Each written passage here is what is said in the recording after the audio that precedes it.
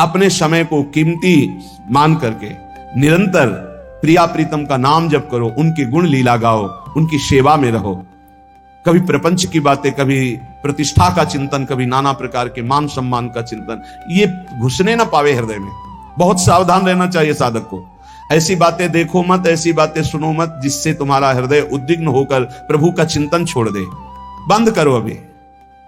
अन्य लोगों के संग का त्याग कर दो, जो भगवत विमुख वार्ता करते हैं, संत निंदा करते हैं, दूसरों की निंदा करते हैं। कुछ हाथ नहीं लगता, ये लोग दुर्गति को प्राप्त होने वाले हैं। ऐसा संग मत करो जिनके पास बैठने से भक्त निंदा, जन निंदा, भगवत निंदा हो। ऐसे से दूर रहो। अलम बंद कर दो ऐसे लोगों का संग। रात दिन हम श्यामा श्याम का नाम जप करेंगे, श्यामा श्याम के लीला गुण गाएंगे, श्यामा श्याम के ही धाम का शोभा का चिंतन करेंगे। जब तुम अपना जीवन श्यामा श्याम के चरणों में न्यौछावर कर दोगे तो पूरा भार श्यामा श्याम ले लेंगे और तुम्हारे हृदय में मस्ती आ जाएगी। जो ऐसा निश्चयी होता है, दृढ़ निश्चयी, उसके अंदर दृढ़ विश्वास, तो उसके हर समय भगवान की स्फूर्ति होती रहती है। भारी प्रतिकूलता में भी भगवान का सानिध्य अनुभव होता है। वो अनुकूलता में तो भगवान के दुलार को देखता है, लेकिन प्रतिकूलता में भगवान की विशेष कृपा को देखता है। ये संयोग, ये वियोग, संसार की ये द्वंद्वमयी वृत्तियां भक्तों के हृदय में नहीं चुभती। आए की हुज्जत नहीं, गए की तलाश नहीं, क्योंकि नित्य संयोग भगवत स्मृति के प्रभाव से प्रभु का रहता है। शोक, विषाद बहुत ध्यान देने योग्य विषय है। तभी लोगों को ऐसा लगता है कि ऐसा कैसे हो सकता है। भक्त के चरित्रों को जब सुनते तो लगता है ऐसा कैसे हो सकता है, ऐसी परिस्थिति में भी ऐसा कैसे हो सकता है। क्योंकि तुम मानसिक बुद्धि से युक्त हो और वो भागवतिक स्थिति से युक्त है, इसलिए तुम उसको पार पा ही नहीं सकते। जब तुम अपना जीवन श्यामा श्याम के चरणों में समर्पित कर देते हो हृदय से, फिर उनकी कृपा से सब विघ्न दूर हो जाते, एक अपार मस्ती रहती है। नहीं तो शोक, विषाद, दुख, क्लेश, कष्ट, संताप, भय, उद्वेग, ये सदैव सताते रहते हैं। इसी से डिप्रेशन होता है। बार बार नकारात्मक चिंतन, शोक, विषाद, दुख, चिंता, क्लेश, संताप, भय, उद्वेग, यही पूरे मानसिक स्तर को नष्ट कर देते हैं। उत्साहहीन जीवन हो जाता है। जब तुम श्यामा श्याम को समर्पित हो जाते हो तो ये सब प्रवेश भी नहीं करते, एक अपार मस्ती बनी रहती है। अब क्या होगा? श्यामा श्याम जो करेंगे वही होगा। श्यामा श्याम पता नहीं कैसा करे, नहीं, वो सदैव मंगल भवन है, वो जो करते महामंगल होता है। यह निश्चय उपासक के हृदय में आ जाना चाहिए। इसलिए अपना सारा मन, सारी बुद्धि, सारा जीवन, प्रत्येक श्वास प्रभु को अर्पण कर दो। फिर देखो तुम निहाल हो जाओगे। दुख, शोक, विषाद, क्लेश, कष्ट, संताप, भय, उद्वेग, ये उसी को व्यापते हैं जिसने अपने जीवन को प्रभु के चरणों में अर्पित नहीं किया। अपना सारा मन, सारी बुद्धि, सारा जीवन, प्रत्येक श्वास केवल प्रभु को अर्पित कर दो। फिर देख लेना श्वास कैसे अर्पित की जाती है, राधा राधा राधा। बुद्धि कैसे अर्पित की जाती है, एकमात्र निश्चय कि भगवत सुख ही सुख है, ये जागतिक सुख सुख नहीं, ये दुख है, ये ऐसा दलदल है जिससे आप तक कोई नहीं निकल पाया। सारा मन, हम मन से केवल प्रभु का मनन करें। बार बार मन को संसार से हटा के नाम में, रूप में, लीला में, धाम में लगाएं।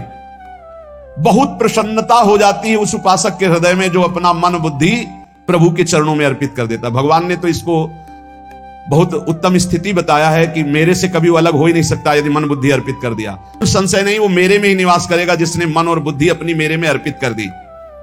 बहुत प्रसन्नता रहेगी उस उपासक के जीवन में जो अपने आप को मन बुद्धि सहित प्रभु के चरणों में समर्पित कर दिया है। भगवान का आश्रय लेने वाले की पहचान है हर परिस्थिति में प्रसन्न रहना। देखो आप भगवद आश्रित हो कि नहीं। देखो अनुकूल परिस्थिति में तो सब प्रसन्न रहना, लेकिन प्रतिकूल परिस्थिति में प्रसन्न रहना यह भगवान के भक्तों का लक्षण है। हर परिस्थिति में प्रसन्न रहना यह भगवान के भक्तों का लक्षण है। आनंदगन भगवान का आश्रय मिलते ही आनंद छा जाता है हृदय में। उनके पास आनंद का अभाव होता ही नहीं है। जैसे सूर्य का प्रकाश उदय होते ही सूर्य का प्रकाश संपूर्ण अंधकार को नष्ट कर देता है, ऐसे ही भगवान का संपूर्ण आश्रय लेते ही सब दुख चिंता शोक नष्ट हो जाते, आनंद ही आनंद। तुम भगवान के मंगलमय रूप को नहीं जानते हो, पर उनके मंगलमय भाव को, विधान को मानना शुरू कर दो। जो भी होता है मंगलमय होता है।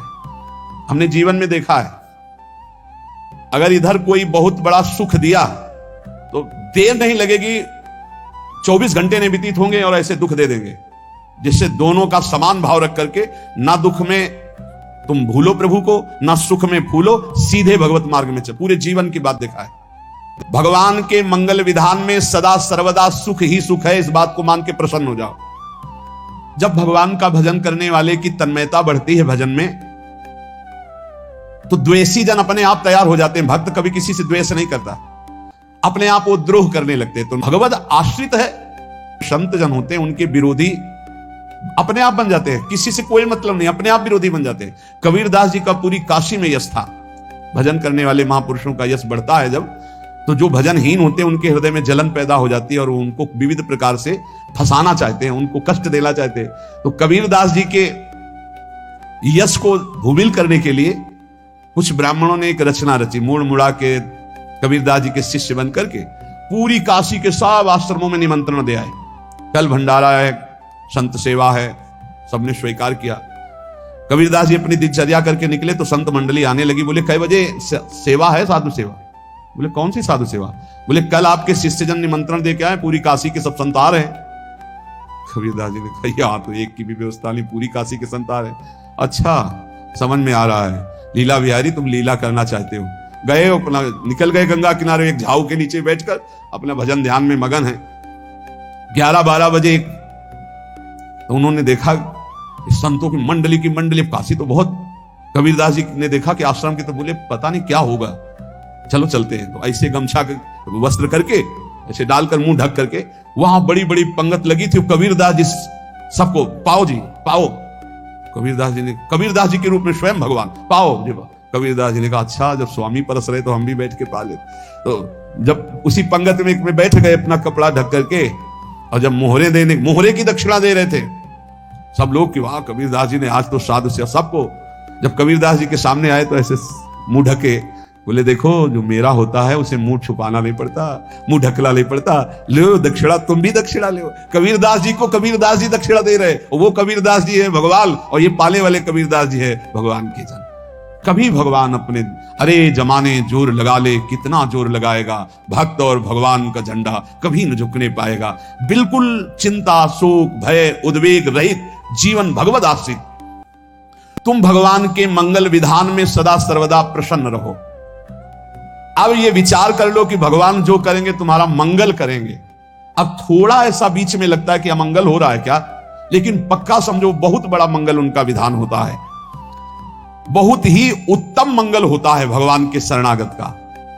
भगवान हमारे विचारों वाले नहीं हैं, हमारे विचार प्राकृतिक है, भगवान के विचार चिदानंदमय हैं। वो अपने विचार से हमारा मंगल करते हो, हम अपने विचार से मंगल चाहते हैं। भगवान के विचार से मंगल ही हमारा होगा, इसलिए कभी हमको चिंता, शोक, भय नहीं करना चाहिए।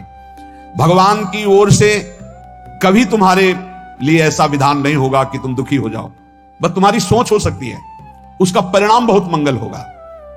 जगत की ओर से निराश हो जाओ, किसी से आशा मत रखो, फिर आप देखो आपका जीवन कैसा आनंद में व्यतीत होता है। ये जो जगत की आशा है यही दुख प्रदान करती, सच्ची जगत की आशा ही दुख प्रदान करती है। अगर जगत से कोई संबंध न रखा जाए और भगवत भाव में रहकर तो बहुत अच्छा जीवन चलेगा। अपने कर्तव्य का पालन करो, परिवार को भगवत स्वरूप मानकर पोषण करो, किसी से कोई संबंध मत रखो, कोई आशा मत रखो, यही अध्यात्म सिखाता है। अपने आप भगवत स्वरूप, सबका व्यवहार मंगलमय और आपका जीवन मंगलमय।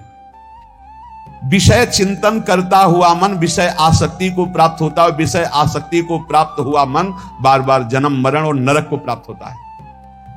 बस ये विषय चिंतन हटाना ही प्रमुख कर्तव्य साधना का है। बार बार मन को विषयों से हटा करके प्रभु के नाम में लगाओ, प्रभु के रूप में लगाओ, प्रभु की लीला में लगाओ। जहां भगवान प्रकट होते हैं वहां परमानंद की बाढ़ आती है। जहां जहां मन जाए वहां वहां भगवान देखो, या मन को हटाकर नाम मंत्र में लगाओ। ऐसे भगवत स्मृति जागृत की जाती है। बार बार प्रयास करना होता है। भगवान के सिवा हमारा कोई कल्याण करने वाला नहीं, हमारा कोई नहीं। भगवान किसी के पूर्व जीवन को नहीं देखते, बहुत बढ़िया बात है। कल तक हम क्या करते रहे भगवान नहीं देखते, आज क्या कर रहे हो ये देखते हैं। यदि आज आप भजन में लग गए हो, अच्छे आचरण कर रहे हो, तो आपको भगवत प्राप्ति हो जाएगी। भगवान ये नहीं देखते कि पूर्व में पुण्यात्मा रहा है कि पापात्मा रहा है। भगवान वर्तमान में देखते कि मेरा भजन कर रहा है, बस इसी से कल्याण कर देते हैं।